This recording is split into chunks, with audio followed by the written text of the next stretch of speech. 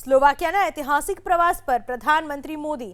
ભારત અને સ્લોવાકિયા વચ્ચે દોસ્તીનો નવો અધ્યાય। સ્લોવાકિયાની ધરતી ઉપર પ્રધાનમંત્રી મોદીનું ભવ્ય સ્વાગત। ભારતની વૈશ્વિક તાકાતનો સ્લોવાકિયામાં લખાયો નવો અધ્યાય। સ્લોવાકિયામાં પ્રધાનમંત્રી મોદીને અપાયું ગાર્ડ ઓફ ઓનર।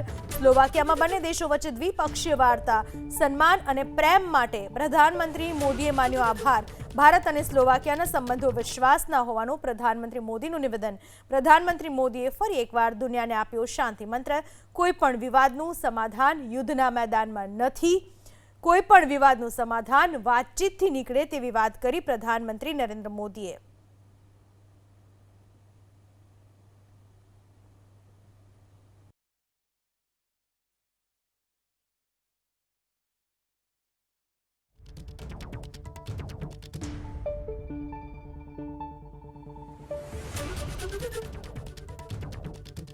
કોઈ પણ યુદ્ધનો ઉકેલ શાંતિથી આવી શકે, વાતચીતથી આવી શકે। યુદ્ધ એ કોઈ બાબતનો ઉકેલ નથી। બંને દેશો સ્લોવાકિયા અને બંને દેશો વચ્ચે દ્વિપક્ષીય વાર્તા થઈ। સન્માન અને પ્રેમ માટે પ્રધાનમંત્રી મોદીએ આભાર માન્યો। ભારત અને સ્લોવાકિયાના સંબંધો વિશ્વાસના સંબંધો છે।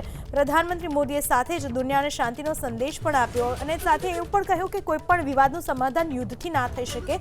શાંતિ વાર્તાથી, વાતચીતથી કોઈ પણ વિવાદનો ઉકેલ લાવી શકાય। ભારત અને સ્લોવાકિયા વચ્ચે આ સાથે જ દોસ્તીના એક નવા અધ્યાયની શરૂઆત। સ્લોવાકિયાની ધરતી ઉપર પ્રધાનમંત્રી નરેન્દ્ર મોદીનું ભવ્ય સ્વાગત કરવામાં આવ્યું। સ્લોવાકિયાના ઐતિહાસિક પ્રવાસ પર છે પ્રધાનમંત્રી મોદી। ભારતની વૈશ્વિક તાકાતનો સ્લોવાકિયામાં એક નવો અધ્યાય લખાયો। પ્રધાનમંત્રી મોદીને ગાર્ડ ઓફ ઓનર આપવામાં આવ્યું। સ્લોવાકિયામાં બંને દેશો વચ્ચે દ્વિપક્ષીય વાતચીત થઈ। સન્માન અને પ્રેમ માટે પ્રધાનમંત્રી નરેન્દ્ર મોદીએ સ્લોવાકિયાનો આભાર માન્યો।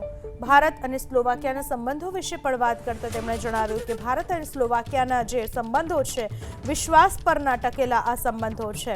તો સાથે જ દુનિયાને પણ શાંતિનો સંદેશ આપ્યો। જે અત્યારે વૈશ્વિક યુદ્ધની પરિસ્થિતિ જોવા મળી રહી છે, અલગ અલગ દેશો વચ્ચે યુદ્ધની સ્થિતિ જોવા મળી રહી છે, એ સમયે પ્રધાનમંત્રી નરેન્દ્ર મોદીએ સ્લોવાકિયાથી એવો સંદેશ આપ્યો કે કોઈ પણ વિવાદનું સમાધાન યુદ્ધના મેદાનમાં નથી, પરંતુ કોઈ પણ વિવાદનું સમાધાન વાતચીતથી નીકળી શકે છે।